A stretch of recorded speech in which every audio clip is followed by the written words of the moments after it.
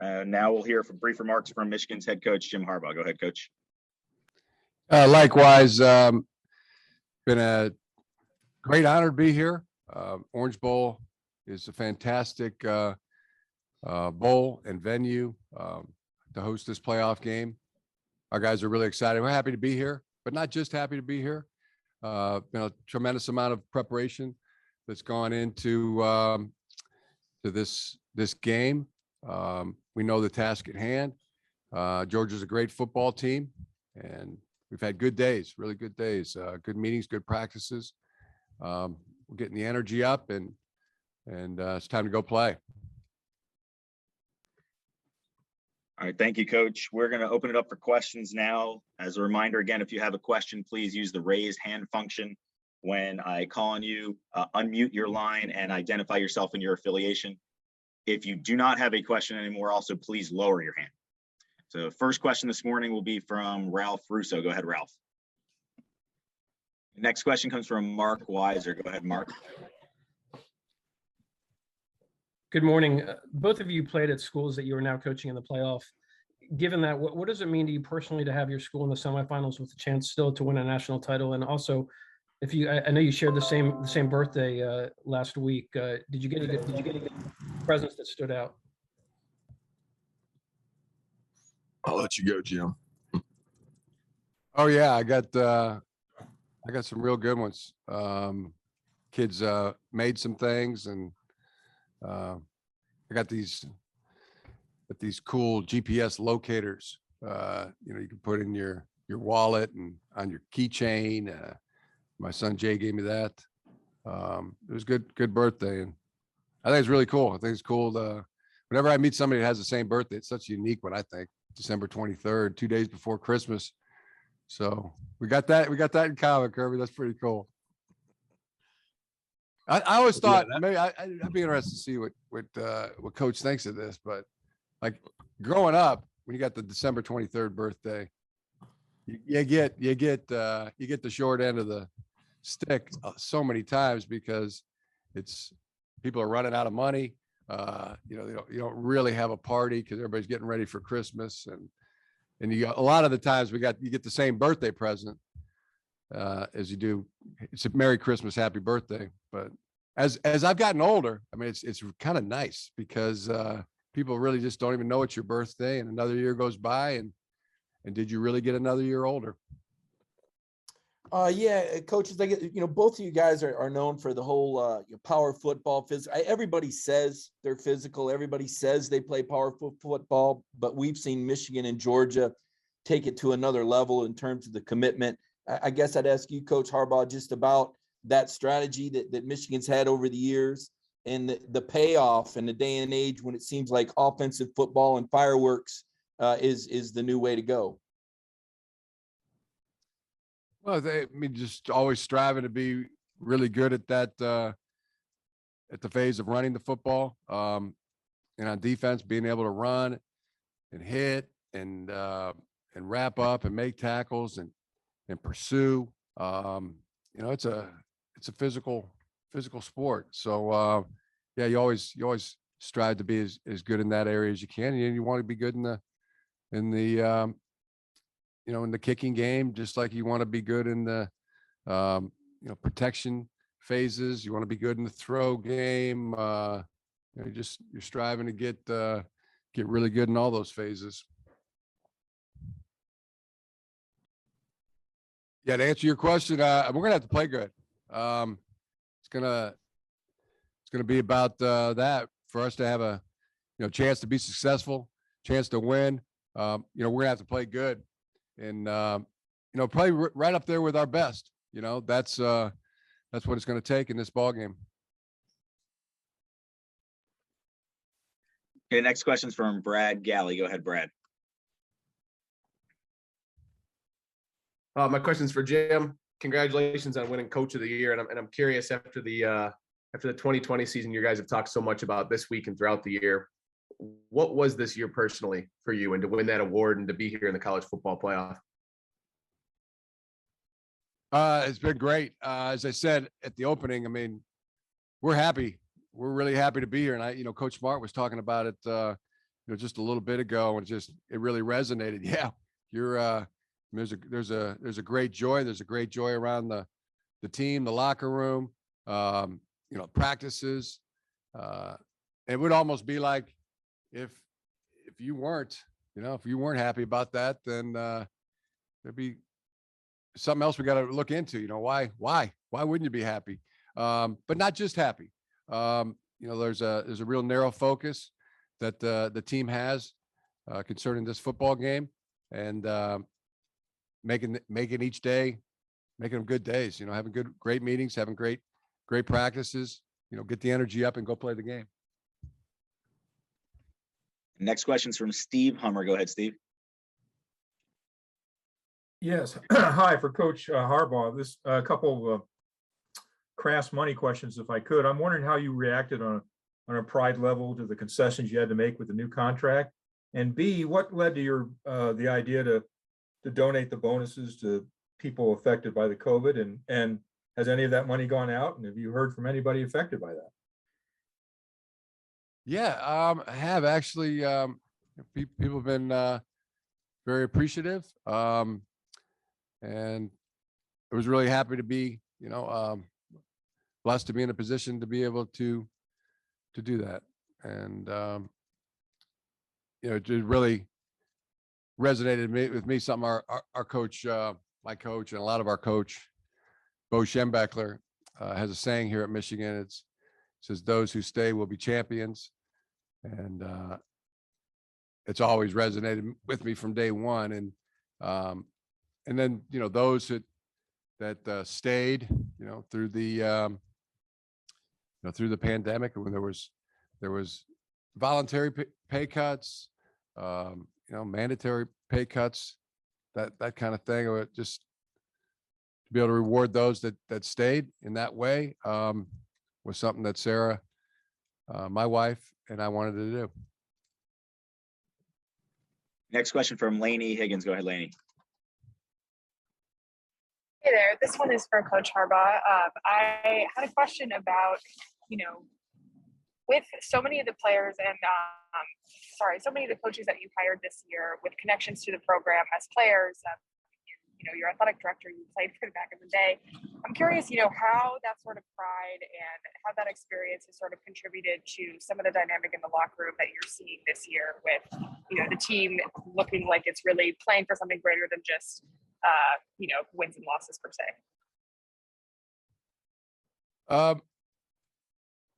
Yeah, playing for each other, playing for the love of the game, playing, to get practicing and to get really good at football. I mean, there's all those things. There's been, it's like we were talking about before. I mean, there's a lot of joy that players, coaches have. The relationships are tremendous, and everybody enjoys each other company. We came back here from a really tough practice on Monday, and then to see our guys, 50, 60, 70 guys kind of head out to the water and head out to the beach, and they were doing the chicken where they got the guy on their shoulder and they're tossing the ball around in the water and running around on the beach, and it's cool. I mean, there's a lot of moments like that. There's a lot of moments where you see that, whether it's coaches in the staff room. Gosh, we went to Joe's Snow Crab and had a nice dinner as a staff, and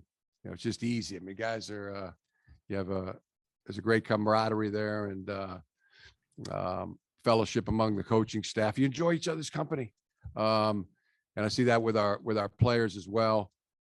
So it's wins, it's games, it's touchdowns, but there's a lot more to it. And like Coach Smart said it really well earlier. There's a lot to it, and there's those relationships are huge. Okay, next question comes from Austin Meek. Go ahead, Austin. Jim, is Dax Hill with the team this week in Miami? Well, his status is going to be questionable. He's working through something right now, and we'll know more today, whether he'll be able to play. Next question's from Andrea Adelson. Go ahead, Andrea. This question's for Jim. With Coach McDonald coming on board, I know there have been several players on defense who didn't play a whole lot that have really been outstanding for you guys this season. DJ, David Ojabo. What do you feel like Mike has done to identify some of the players that you've had and give them these opportunities to find themselves for them to have success this year? Well, Mike's done a great job. You know, he got his roots at Georgia. You know, there's a lot of things that that we do. I see Georgia do. You know, and so you know where Mike got a lot of his ideas, and you know, he'll be the first one to tell you that. But he's done a tremendous job. The entire defensive staff has. He's been a really good teacher. Smart. Got a great passion for the game of football, and a couple of the players that you talk about, DJ Turner, you know, really going into his junior year, has had a tremendous season. So is David Ojabo, and yeah, Mike deserves a lot of credit for that. And next question comes from Ryan Zook. Go ahead, Ryan. Hey, Jim, can you share some about the impact John Madden had on you and what the team's response has been in supporting Jesse? Yeah. You know, everybody knows John Madden. I mean, it does, you know, Jack Harbaugh, 82, you know, me, 58, and every, you know, down to my son, who's 9 years old, and the players and the Madden game. I mean, just so many ways he's affected not just the game of football, but you know, in so many ways. Been a great man, just a great man, a legend. Jesse on our team, he's adored. He's contributing, been a big factor, contributing to our success. And the day John Madden passed away, I mean, I looked over there, saw Jesse Madden. You know, there's a Madden on a football field contributing to his team's success, and his grandfather would be very proud. The next question comes from Bob Wojnowski. Go ahead, Bob. Yeah, Jim, when last season ended, and obviously we know of all the changes that were made and everything else, the preseason, Michigan was unranked, the first unranked team to make it to the playoff. When it began, did you think it would be this would be possible to get this far this quickly from where you were last year to now? And B, has it been, I don't know, is it fair to say even smoother than you thought it would be? You know, the approach always from the beginning and each year, I mean, every day matters, and the games are the ones that count. So we're going into our 14th game that counts. Our guys have done a tremendous job, you know, each day, making each day matter.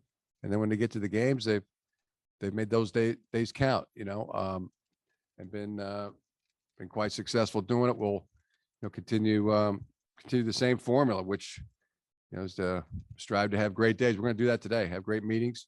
We'll have a really good walkthrough. Strive to have that. Then, you know, get the energy up and go play the game. Next question's from Jason Lewis. Go ahead, Jason. Hey, Jim, I know you have a unique approach, a unique relationship with somebody on the other side. Your sister obviously married to Tom Crean. Can you talk about your relationship with him? And has your sister told you who she's going to be rooting for on Friday night? No, she hasn't. But yeah, the relationship with Tom is great. Tom is great coach, great brother-in-law. You know, he's like a brother to John and I. We're so fired up when Joni started dating Tom, and then when they got married, it was like getting a second brother for me. And through the years, I mean, he's just he's awesome. What a guy. I mean, what a tremendous brother, person, coach, father. I mean, he is so rock solid. So just really proud, that you have a brother-in-law like Tom Crean. And next question for Steve Hummer. Go ahead, Steve.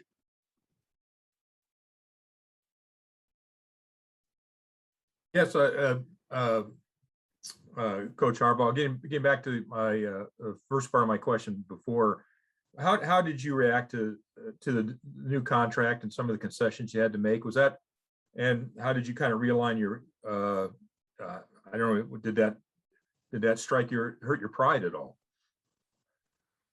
I reacted, no big deal. Attacking each day with an enthusiasm unknown to mankind, as always. That was didn't really mean anything to me. It's just money. Big deal. Yeah, this question is for both coaches. Congratulations to both of you for making it to the semis. You're both obviously perfectionists that demand a certain level. Are y'all able to take it in yourselves and really relish in what you've accomplished? And then secondly, do you think college football is ready for a CEO or a czar or someone to help, be more unified in decision makings, et cetera? I'll just start. Really happy to be here.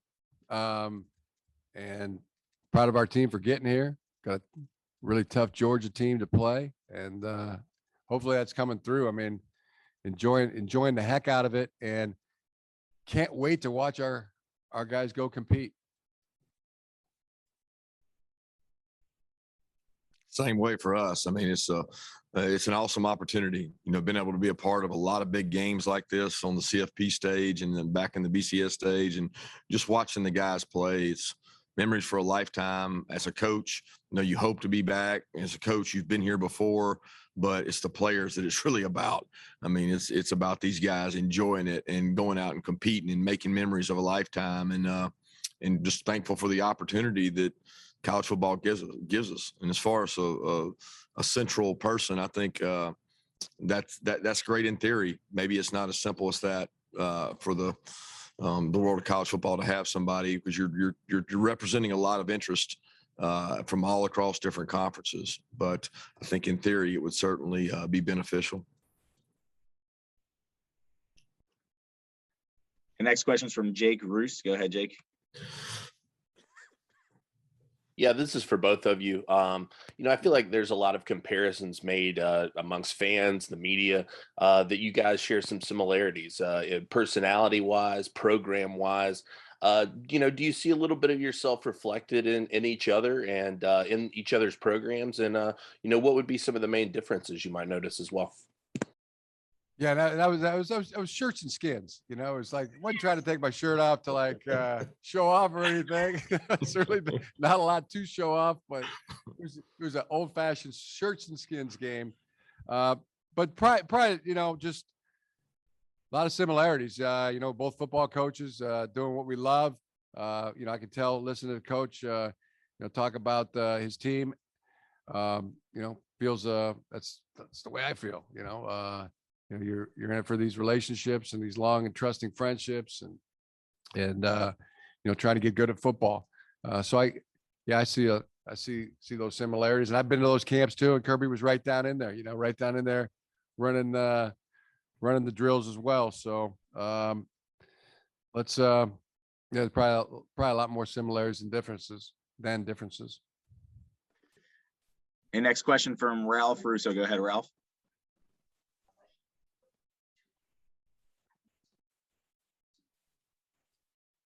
Sorry, guys, I didn't have my hand up, but I'll take a pop at a question here for both of you, and that is when you come into a game like this with different it kind of alludes back to my first question to Kirby. When you come into a season like this with a little different dynamic, is the ride to get to the top sometimes a little more, I don't know if enjoyable is the right word, or there is some different meaning in the ride to get to the top as opposed to when you have already reached the top? Is there a different dynamic to a season when you feel like, you know, you're sort of building to something as opposed to you've already accomplished it?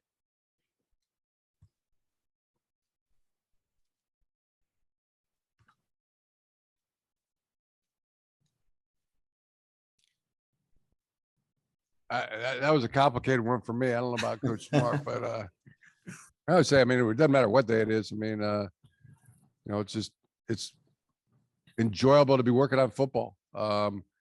Great to be out there. It could be a practice day, and you're just out there in the field, you know, under the sky on the turf. It's a wonderful thing. I mean, you asked me before about, I mean, I do it for free. I would do this job for free. You know, just love it. So whether it's the first day, first game, or position we're in now, which we're very, you know, feel really, really happy about that. I guess I just enjoy the ride the whole time. You know, it's every day is a, you know, is a blessing, and happy for it and blessed for it. And next question comes from Cody Chaffins. Go ahead, Cody. Cody Chaffins from Fox 5 in Atlanta. I think you guys were talking about the camps, and last time I think we saw you guys together. Coach Harbaugh, you're running around in a camp in Atlanta in a Hank Aaron jersey. I wonder what you remember about that day and how fertile a recruiting area is the city of Atlanta, and how much is it? Obviously, you've got some guys on your defense there. How important is it to you? Oh, that what I remember from that day is, I mean, huge meeting Hank Aaron, spending time with him, and getting to know him. Later, he became a honorary captain for us at a Michigan game. His granddaughter went to Michigan, so that was a really special day. You know, getting to cross paths with the great Hank Aaron, and then and also Coach Smart at that camp. And yeah, I mean, it's a tremendous place for football, as everybody knows. It's a great spot, you know, to take their football really serious, and their baseball. So it's a great place for sports. Kids grow up doing it year round, and you know, take it really seriously, and they're really good at it. All right, next question from Jeff Schultz. Go ahead. Kirby, you've obviously had to come back from losses, as every coach have. What's the biggest thing you've learned in bringing a team back from a loss, whether it's through trial or error, or maybe something you've observed from a coach that you worked for? Biggest thing is be technical about the process. Nobody wanted to win that game more than those kids and the coaches. The amount of time invested, the amount of work and sweat invested into it. Certainly the desires and the want to is always there, but be technical on things we can improve. Don't be judgmental. Don't say things, if you do this and if you do that, you're going to get your butt beat. You know, you're very technical about it. What can we do better from everything? And that's the way we approach anytime we have a loss. As a matter of fact, we approach every win that way too. And believe it or not, you know, there's a lot of games we won this year that we didn't play well, and people find that hard to believe, but there's so many technical things you can correct, and we try to do that. So we don't approach it different with a loss, no matter what kind of loss that is, whether it's close, distance, what the reason is. Be technical about it. Really try to improve in the areas that you a lot of times that's the most improvement you can make, and they seem to listen a little more after a loss, and that's certainly the way we approach this last one. All right, we've got a little less than 5 minutes left here, so time for a couple more questions. Next one's from Mike Griffith. Go ahead, Mike. Yeah, coaches on both your alma mater. How is it different coaching there than other places, if it is? And obviously, you both have had high profile jobs in other places. Clearly there's some advantages. Are there disadvantages, and how is it different? For me, it's been great. Enjoy the heck out of it, and there's no downside. Just really honored to be the coach here, and it's always been a big team effort. I mean, that's the thing that I learned as a player here. I mean, started by Bo Schembechler. It's all about the team, and we try to continue that. That idea, that legacy. None of us is as smart as all of us, and as a team, the more we play like a team, the better off we're going to be. All right, two more questions. Next one's from Angelique Changlis. Go ahead, Angelique. Jim, Andrew Stuber, I think it was yesterday, was talking about how encouraged he is by this offensive line, the conditioning, the mental approach in late game situations. And I was wondering your impressions of that. And also for clarification, I was just wondering, is Dax in Florida? He's not right now. He might be. So it's he could be here today. He may not, but not currently in Florida, no. Could you respond to my other question about the offensive line, please? I think you kind of cut yourself off. What was the question, Andrew? The question was, it was just, I had asked Andrew Stuber about how strong this offensive line has been mentally and conditioning wise in late game situations, particularly late in the season. And I was wondering your impressions of that. Yeah, I'd agree. Been fantastic.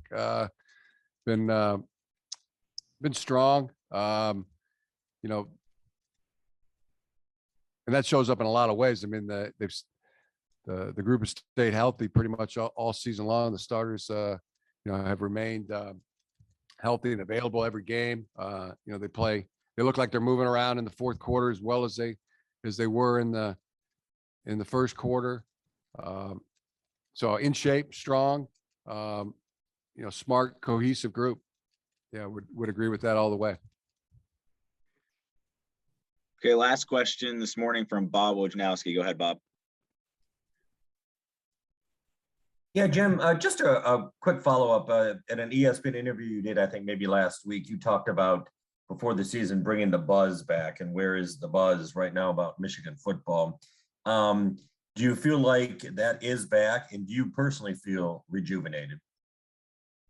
Yeah, I feel like the buzz created some new buzz. This 2021 team.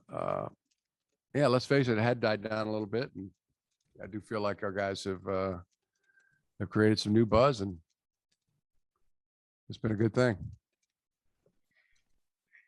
All right, coaches, thank you for your time this morning. We appreciate it. Look forward to seeing you tomorrow night.